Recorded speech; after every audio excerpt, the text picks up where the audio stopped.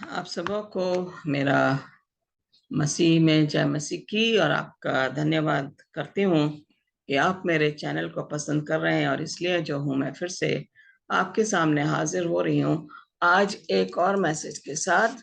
और मैं सोचती हूँ कि आप इंतज़ार में होंगे कि कब मेरा अगला मैसेज आपके सामने आए। और बड़ी खुशी की बात है कि परमेश्वर ने मुझे ये टाइम दिया कि मैं आपके साथ समय बिता सकती हूँ। और परमेश्वर महान है, इसलिए हमें उसकी स्तुति करते रहना चाहिए। और क्योंकि मैं भविष्यवाणियों पे हूँ, लेकिन आज मैंने थोड़ा सा चेंज किया है और मैंने ये चुना है कि आखिरी दिनों के लिए हमें कैसी तैयारी करनी है। और आइए, जिससे पहले हम अपने मैसेज में जाएं, प्रार्थना में जाएंगे। प्यारे खुदा, हम शुक्रगुजार करते हैं, एक बार फिर से तेरे पास आते हैं। तूने हमें मौका दिया कि हम इस वचन के साथ अपने अजीज लोगों के सामने मैं हाजिर हो सकती हूँ। परमेश्वर, तू मुझे पवित्र आत्मा से भर दे ताकि लोग जब इस वचन को सुने वो मुझे ना देखें बल्कि तुझे मेरे इस वचन में, जो कि तू पवित्र आत्मा के द्वारा मुझसे बुलवाने पे है, उसको देखने वाले बने, तेरे वचन को सुने, तेरी गवाही देने वाले बने। और इस वचन के द्वारा बहुत सी रूहें आसमानी बादशाह के लिए बचाई जा सके, यही मेरी प्रार्थना है। सुनो, ग्रहण कर। आमीन आमीन। आइए हम देखेंगे यहाँ पे दूसरा पत्रस, उसका 3रा अध्याय और उसकी 12वीं आयत में मैं जाऊंगी। और यहाँ पे इसलिए लिखा है, और परमेश्वर के उस दिन की बाट किस रीति से जोना चाहिए और उसके जल्द आने के लिए कैसा यत्न करना चाहिए, जिसके कारण आकाश आग से पिघल जाएंगे और आकाश के गण बहुत ही तृप्त होके गल जाएंगे। यहाँ पे लिखा हुआ है कि आखिरी दिनों में हम लोग जो हैं इसकी इंतजार में हैं, परमेश्वर के बेटे यीशु मसीह के आगमन की तैयारी में हैं। और हम चाह रहे हैं कि वो जल्दी से जल्दी हमारे पास आए, क्योंकि जब परमेश्वर के जो अपने बेटे को भेजेगा, बहुत देर होगी अजीजों हमें इंतजार करते करते। अब समय आ गया कि हम बताएं कि परमेश्वर के कि हम वाकई में तैयार हैं। अगर हम तैयार हैं तो परमेश्वर के साथ हमारा जो काम जो हमें दिया गया है, हम उसको पूरी तरीके से करने वाले बने। आपको और मुझे एक काम दिया गया है कि ये जो सुसमाचार है, ये आपको और मुझे लोगों में फैलाना है, ताकि ये सुसमाचार के द्वारा परमेश्वर के पास लोग आ सकें और अपने आप को आसमानी बादशाह के लिए तैयार करें। जैसे कि मैंने बोला कि आखिरी दिनों में क्या होने वाला है। 2 तिमोथियस उसका 3रे अध्याय में आज हम इसका थोड़ा सा वर्णन करेंगे और हम देखेंगे यहाँ पे कि किस तरीके से परमेश्वर जो है हमें तैयार कर रहा है अपने लोगों के द्वारा, भविष्यवक्ताओं के द्वारा, पादरी लोगों के द्वारा, और जो मसीह में विश्वास रखते हैं और उसके प्रचार के इच्छुक हैं उनके द्वारा। यहाँ पे लिखा हुआ life in the last days, आखिरी दिनों में क्या हो रहा है। अजीजों, हम बड़ी अच्छी तरह से जानते हैं, अगर हम परमेश्वर में विश्वास करते हैं, कि आखिरी दिनों में क्या हो रहा है, क्या हो रहा है आसपास हमारे। क्या हम वाकई में जो आसपास हमारे हो रहा है इसके लिए हम तैयार हैं? अगर नहीं तैयार है तो हमें तैयार होना चाहिए। 2 तिमोथी उसका 3रा अध्याय में है, यहाँ पे इस तरीके से लिखा है कि ये स्मरण रख कि अंतिम दिनों में कठिन समय आएंगे। हम ऑलरेडी मसीही लोग ऑलरेडी कठिन समय से गुजर रहे हैं, क्योंकि मनुष्य स्वार्थी, लोभी, डींगमार, अभिमानी, निंदक, माता पिता की आज्ञा का टालने वाला, कृतघ्न और अपवित्र, दया रहित, क्षमा रहित, दोष लगाने वाले, अस्यामी, कठोर, भले के बैरी, विश्वासघाती, ढीठ, घमंडी और परमेश्वर के नहीं वरन सुख विलास के ही चाहने वाले होंगे। वो भक्ति का भेष तो धरेंगे, पर उसकी शक्ति को ना मानेंगे और ऐसों से परे रहना। ये कह रहा है इन्हीं में से वे लोग हैं जो घरों में दबे पांव घुस आते हैं और उन दुर्बल स्त्रियों को वश में कर लेते हैं जो पापों से दबी और हर प्रकार की अभिलाषाओं के वश में हैं और सदा सीखती तो रहती हैं पर सत्य की पहचान तक नहीं पहुंचती हैं। ये हम देख रहे हैं यहाँ पे, ये आजकल हो रहा, बहुत ज्यादा हो रहा है। आप देखें जहाँ कहीं भी मीटिंग होती है, अभी मेरी पल एक पादरी साहब से, गोरखपुर के पादरी साहब से बात हो रही थी। वो कह रहे हैं मैडम जब भी मीटिंग करने बैठते हैं पुलिस वाले आधमकते हैं। अजीजों, हमें इन चीजों के लिए तैयार रहना है। अगर हम विश्वास में कायम रहेंगे, चाहे हमारे सामने कुछ भी आ जाए, कोई भी रोड़ा आ जाए, कोई भी पहाड़ आ जाए, कोई भी हमारे रुकावट आ जाए, परमेश्वर उससे हमें बाहर ले जाता। वो पादरी साहब मुझे बता रहे थे कि मैडम हमारे कलीसिया के लोग बहुत विश्वासी हैं और परमेश्वर हमें इन सब से बाहर निकाल के ले आता है। हम देख रहे हैं कि जहां कहीं भी मीटिंग होती है, दुष्ट लोग जो है वहां पहुंच जाते हैं और वो क्या करते हैं, तोड़फोड़ करते हैं मंदिर में, चर्च में, और जो प्रार्थना कर रहे हैं उनको मारना पीटना शुरू कर देते हैं। और ये जब वो मार पीट लेते हैं, तोड़फोड़ कर लेते हैं, वो सोचते हैं उन्हें किस तरीके की तसल्ली मिल रही है। शैतान शायद इन सब चीजों को करवा के खुश हो रहा है, लेकिन अजीजों हमें खुश होने की जरूरत नहीं है, क्योंकि ऐसे काम जो है हमें यहाँ पे होते जाएंगे। यहाँ पे देखो, जैसे कि मैंने पढ़ा 2 से 5 में पढ़ा, लवर्स ऑफ सेल्फ, अपने आप को प्यार से करेंगे, हमारे सिवा हमें मुझे मेरे सामने कोई नहीं है। लवर्स ऑफ मनी, पैसे के पीछे भागेंगे। प्राउड, एरोगेंट, घमंडी, एक दूसरे के खिलाफ बातचीत करना, एक दूसरे को लड़ाई में लगा देना, गालियां देना, और बच्चे जो है वो हुक्म नहीं मानेंगे। और यहाँ पे देख रहे हैं हार्टलेस, मतलब कठोर हृदय वाले, हमेशा उनके दिमाग में कुरीति पलती रहती है और अगर कोई उनके साथ अच्छा करता है तो वो उसको अप्रिशिएट नहीं करते हैं। ये सारी चीजें हमारे अंदर जो है संयम की बहुत जरूरी है।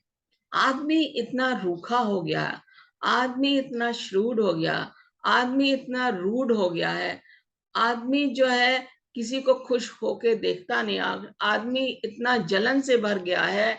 ये सब शैतान जो है करवा रहा है।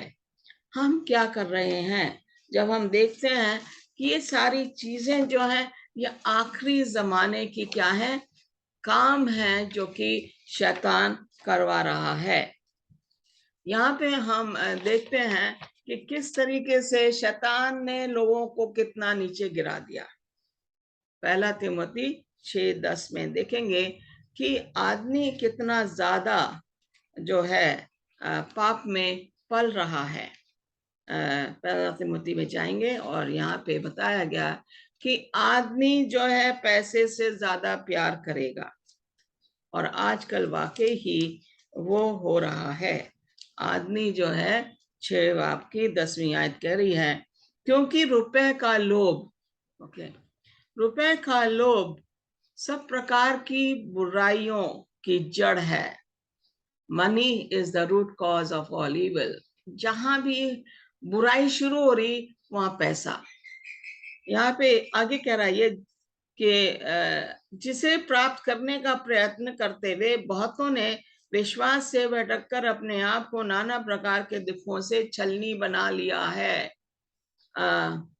अभी हम देखते हैं कि कई मर्डर हुए हैं पैसों के कारण, प्रॉपर्टी के कारण, और हम जब देख रहे हैं कि लोग चाहते हैं कि ये पैसा जो इसके पास है इसको मेरे पास आ जाना चाहिए, इस पे मैं हावी हो जाना चाहूँ। हम देखते हैं कि प्रॉपर्टी के चक्कर में बाप बेटे को मार देता है, चाचा भतीजे को मार देता है, बेटा बाप को मार देता है, माँ को मार देता है, अगर माँ पैसे नहीं देती तो माँ को मार देता है, और शराबी शराबी बन जाता है। ये सब क्या है, पैसे से ही होता है। लोग ये सोचते हैं कि पैसे से हम खुशियां खरीद सकते हैं, लेकिन अजीजों, पैसों से कभी खुशियां नहीं खरीद सकते। हम सोचते हैं कि पैसा जो है मेरा सब कुछ है, अगर पैसा है तो मैं सब कुछ कर सकती हूँ, अगर पैसा नहीं है तो मैं कुछ भी नहीं कर पाऊंगी। लेकिन एक विश्वास बहुत जरूरी है हम लोगों के पास, क्योंकि परमेश्वर कहता है तुम कल की चिंता क्यों करते हो, कल अपने आप अपनी चिंता करेगा। तुम्हारा परमेश्वर तुम्हारे साथ है, वो तुम्हारी सारी चिंताओं को तुमसे चिंता मुक्त कर देगा। तुम्हें जिस चीज की जरूरत है तुम मांगो, और ये समझ लो कि तुम्हें वो मिल गई है। हम फिर भी पैसे के पीछे भागते हैं अजीजों। क्यों भाग रहे हैं पैसे के पीछे? आदमी जब मर जाता है तो क्या लेके जाता है? कुछ भी नहीं लेके जाता। आदमी जब पैदा होता तो क्या लेकर आता है? खाली हाथ। जब मरता है क्या जाता है? खाली हाथ।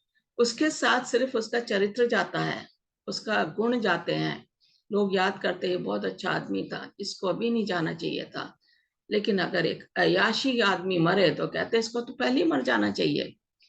बुराई से घृणा करो अजीजों, और लोगों से आपस में प्यार से मिलके रहो। अगर हम आपस में मिलकर रहेंगे तो परमेश्वर से के साथ हमारा प्रेम बना हुआ है। अगर हम आपस में मिलके नहीं रहेंगे तो हमारा प्रेम जो है वो क्या है? बना हुआ नहीं है। यहाँ पे देखेंगे इफिसियों 6 अध्याय की 1 से 3 में कि बच्चों के बारे में क्या ये बाइबल बता रही है हमें। इफिसियों 6 उसका 1 से 3 में। और मैं सोचती हूँ कि ये टेक्स्ट जो है आप अपने घर में अपने बच्चों अपने परिवार के साथ इनको पढ़िए और समझिए कि ये बाइबल हमें क्या बता रही। पौलुस हमें इस टेक्स्ट के द्वारा क्या बताना मांग रहा है? हे बालकों, प्रभु में अपने माता पिता के आज्ञाकारी बनो। आजकल अजीजों ऐसा नहीं हो रहा है। बच्चे माँ बाप का कहना नहीं मान रहे हैं। माँ बाप थोड़ा सा डांटे तो बच्चे और उग्र हो जाते हैं। और यहाँ पे कह रहा है क्योंकि यही उचित है। अगर हम बागे अदन में आदम और हवा को क्या बोला था? आज्ञा का पालन करना। इब्राहिम को क्या बोला था जब उसके बेटे को बोला था कि तू अपने बेटे को लेके जा और इसको मोरिया पहाड़ पे क्या कर दे? इसको कुर्बानी दे दे। इब्राहिम ने आज्ञा का पालन किया। हवा ने आज्ञा का पालन नहीं किया, आज्ञा का उल्लंघन किया। और हम यहाँ देखते हैं जब हम आज्ञा का उल्लंघन करते हैं तो हम पाप में पड़ जाते हैं। लेकिन जब परमेश्वर की आज्ञा का पालन करते हैं, सौल ने आज्ञा का पालन नहीं करा। सैमुएल ने बोला था कि मैं आके कुर्बानी करूंगा, मेरे लिए इंतजार करना। सौल ने पहले ही कुर्बानी कर दी और उसका पतन हो गया। तो हम यहाँ देखते हैं कि आज्ञा, हमारा परमेश्वर हमारा पिता चाहता है कि हम आज्ञा का पालन करें। वो कह रहा है अपनी माता और पिता का आदर कर। अगर हम माता पिता का आदर कर रहे हैं तो हम अपने पिता परमेश्वर का आदर कर रहे हैं। अगर हम माता पिता का आदर नहीं कर रहे तो हम अपने माता परमेश्वर पिता का आदर नहीं कर रहे हैं। यही पहली आज्ञा है, तेरा भला हो और तू धरती पे बहुत दिन तक जीवित रहे। अगर तू आज्ञा का पालन करेगा, माता पिता का आदर करेगा, तुझे बहुत लंबी उम्र मिलेगी। यहाँ पे बता रहा है कि किस तरीके से शैतान अपना काम करने में लगा हुआ है। ये शैतान के पास अजीजों बहुत टाइम बहुत कम है, इसलिए वो चाह रहा है कि ज्यादा से ज्यादा लोग उसके चुंगल में फंसते चले जाएं। जब ज्यादा से ज्यादा लोग जब फंसते चले जाएंगे तो वो खुश होगा। उसे जो है, जो लोग परमेश्वर की आराधना कर रहे हैं उनसे उसे परेशानी है। लेकिन जो परमेश्वर की आराधना नहीं कर रहे हैं, जो चोर उचक्के डाकू डकैत क्राइम रेपिस्ट, इन लोगों से शैतान को कोई खतरा नहीं है, क्योंकि ये तो ऑलरेडी उसके बंदे हैं। उसे खतरा किससे? जब हम बाइबल खोलते हैं तो शैतान घबरा जाता है। जब हम प्रार्थना में जाते हैं घुटने टेक के, शैतान घबरा जाता है। उससे इन लोगों को परमेश्वर के खिलाफ बरगलाना है और अपनी ओर करना है, इसलिए उसे परमेश्वर के लोगों से खतरा है। और शैतान जो है कभी हारना नहीं मांगता, वो हमेशा नए नए हथकंडे आजमाता है। ये तरीका आज इन लोगों पे नहीं हुआ है, तो मैं दूसरा तरीका निकालूंगा। दूसरे तरीके से अगर मैं इन्हें बरगला नहीं सकता, तो मैं एक और तरीका निकालूंगा, और हम उसके चुंगल में बड़े आसानी से फंस जाते हैं। यहाँ पे लूका 6:28 में कह रहे हैं, bless them that curse you, जो आपको गाली देते हैं, जो आपको बुरा कहते हैं, उनको क्या करो, आशीषित करो।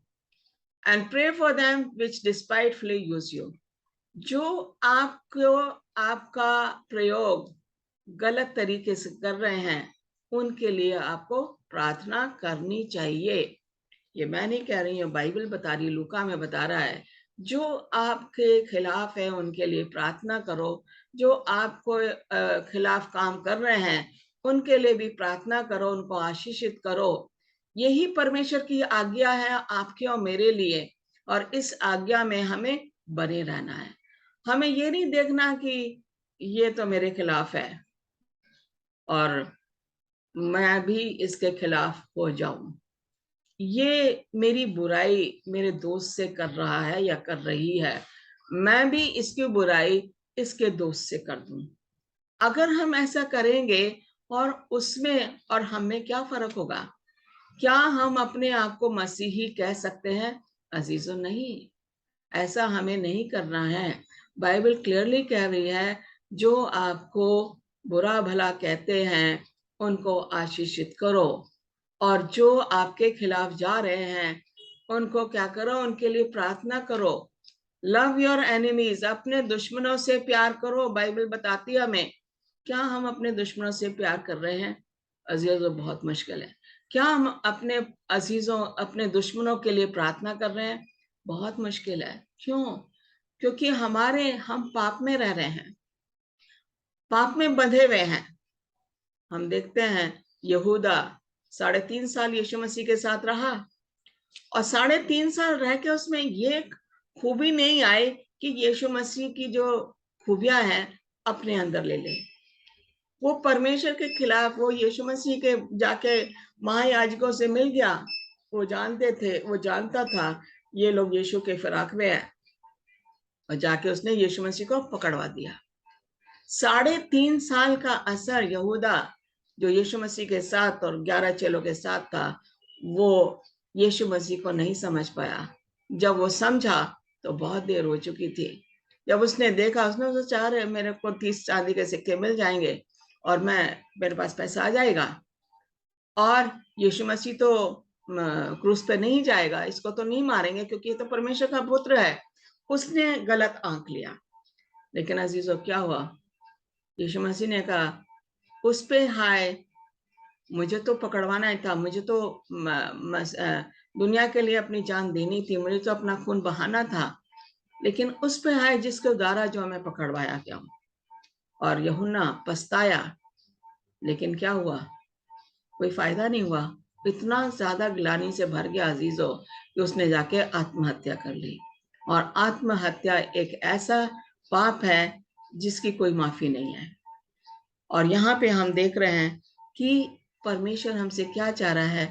हम जो लोग हमें बुरा भला कह रहे हैं उनके लिए प्रार्थना करें, उनको आशीषित करें। किसी के साथ भलाई करोगे, अपने दुश्मन के साथ भलाई करोगे, आपने उनके ऊपर घड़ों पानी डाल दिया, वो शर्म से महसूस करेंगे, और वो आपके दुश्मन नहीं रहेंगे, वो आपके दोस्त बन जाएंगे। प्यार से हम लोगों को जीत सकते हैं, लेकिन हम उससे नहीं जीत सकते, बदला लेने से हम जीत नहीं सकते। Without natural affection, trust breakers, false accusers, incontinent, fierce, despisers of those that are good. 2 Timothy 3:3 हम फिर से पढ़ूंगी। दया रहित, जिनके पास कोई दया नहीं है, और क्षमा रहित, जो कोई क्षमा करना नहीं मांगता है। दोष लगाने वाले बहुत मिल जाएंगे। और फिर कह रहा है ये कृतज्ञ, अपवित्र, दुष्ट लोग, और माता पिता के कठोर और भले के बैरी। ओके, भले के बैरी, जो भलाई करने वाला उसके दुश्मन बन जाते हैं। ये क्यों भलाई कर रहा है? ये गरीबों को क्यों खाना खिला रहा है? ये कपड़े क्यों बांट रहा है? इसको नहीं करना चाहिए, इसको वहां से हटाना चाहिए। और जाके जिन लोगों को वो मदद मिल रही है वो क्या करता है, उनको बता देता है कि ये तो तुम्हारा जो है ये ठीक नहीं कर रहा है, ये ठीक आदमी नहीं है, तुम इससे मदद मत लो, और उनके खिलाफ भड़का देता है। इस तरीके के काम जो है शैतान जो है लोगों से करवाता है, और लोग जो है ऐसे काम में लग जाते हैं, जुट जाते हैं कि किस तरीके से हम बुराई की ओर भागें। अजीजों, एक बार बुराई में चले गए तो उससे रास्ता मिलना बहुत मुश्किल है। धोखा सबसे बड़ा पाप। कुछ लोग इस तरीके से धोखा देते हैं। प्रिटेंडिंग, 2 Corinthians में जाएंगे, 4 अध्याय की 2 आयत में, और यहाँ पे जो है प्रिटेंडिंग मतलब देखा जाए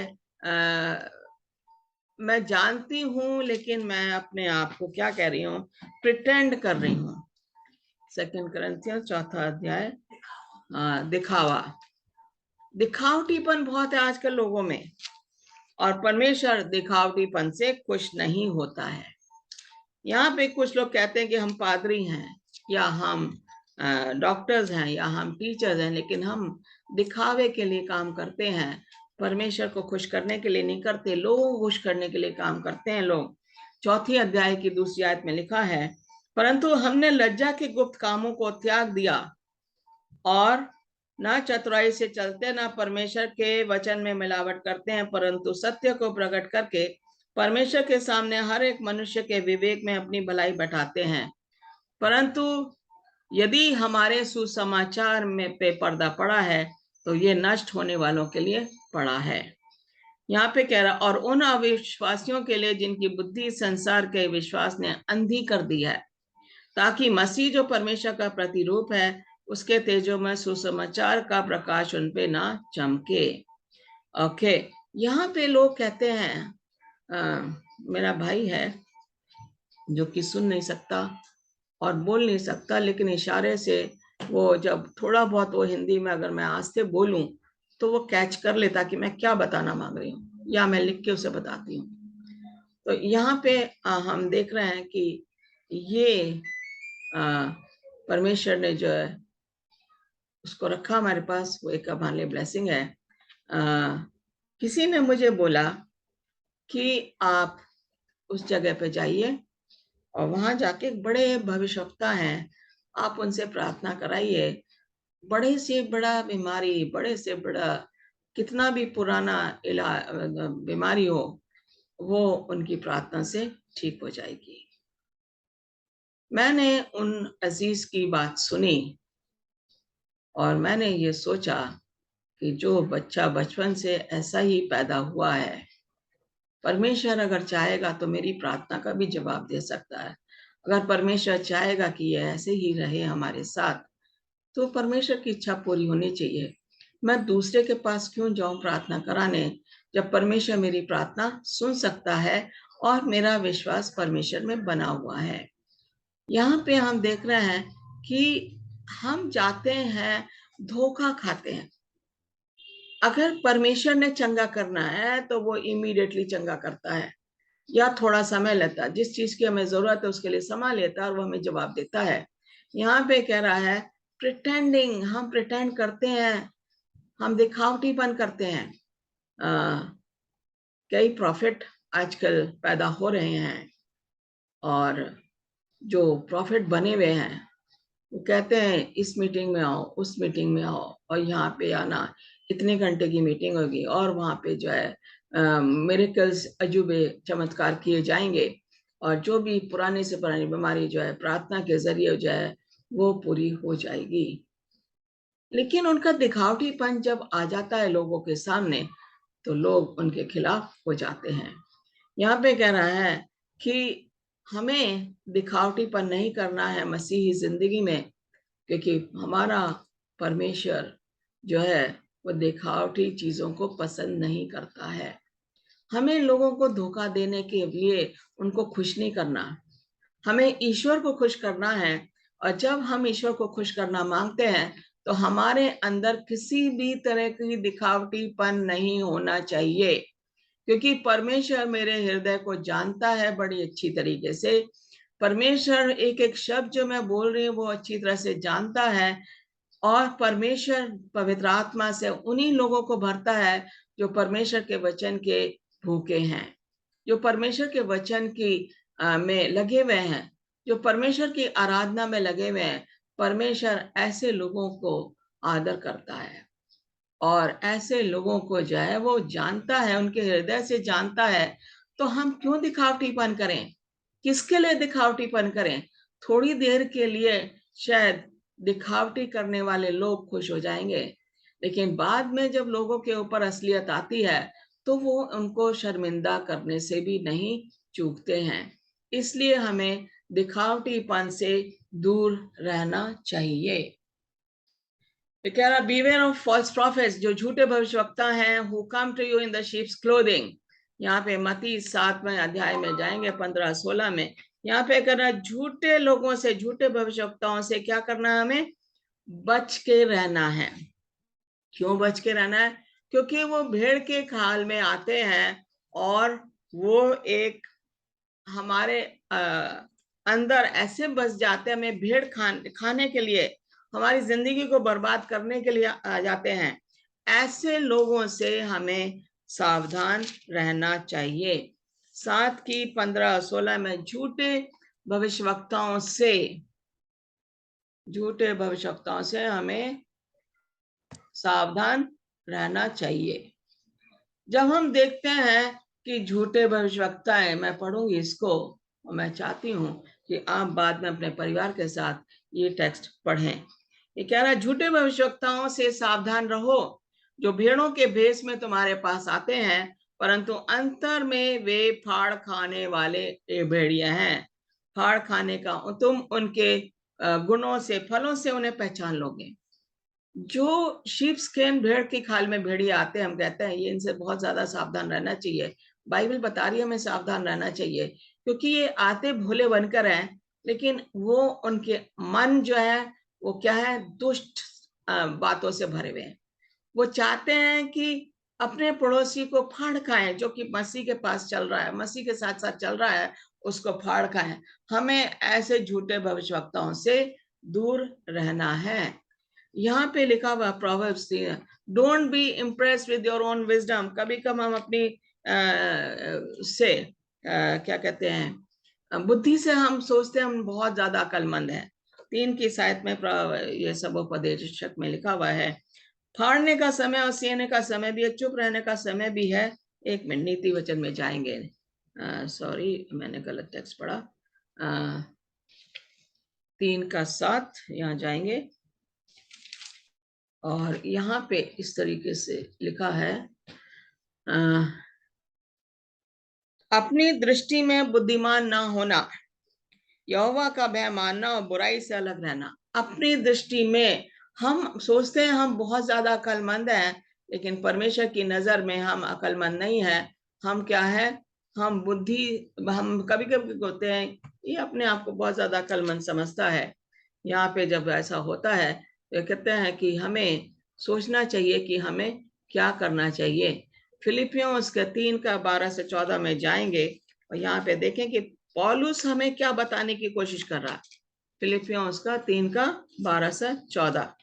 आइए आप लोग इसको निकालिए अगर आपके पास है, और नहीं तो बाद में आप अपने परिवार के साथ मिलके इसको आप स्टडी कीजिए।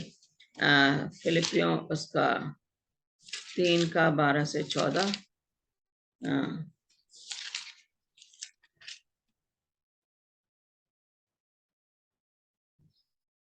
3:12-14। ओके, यहाँ पे इस तरीके से लिखा है,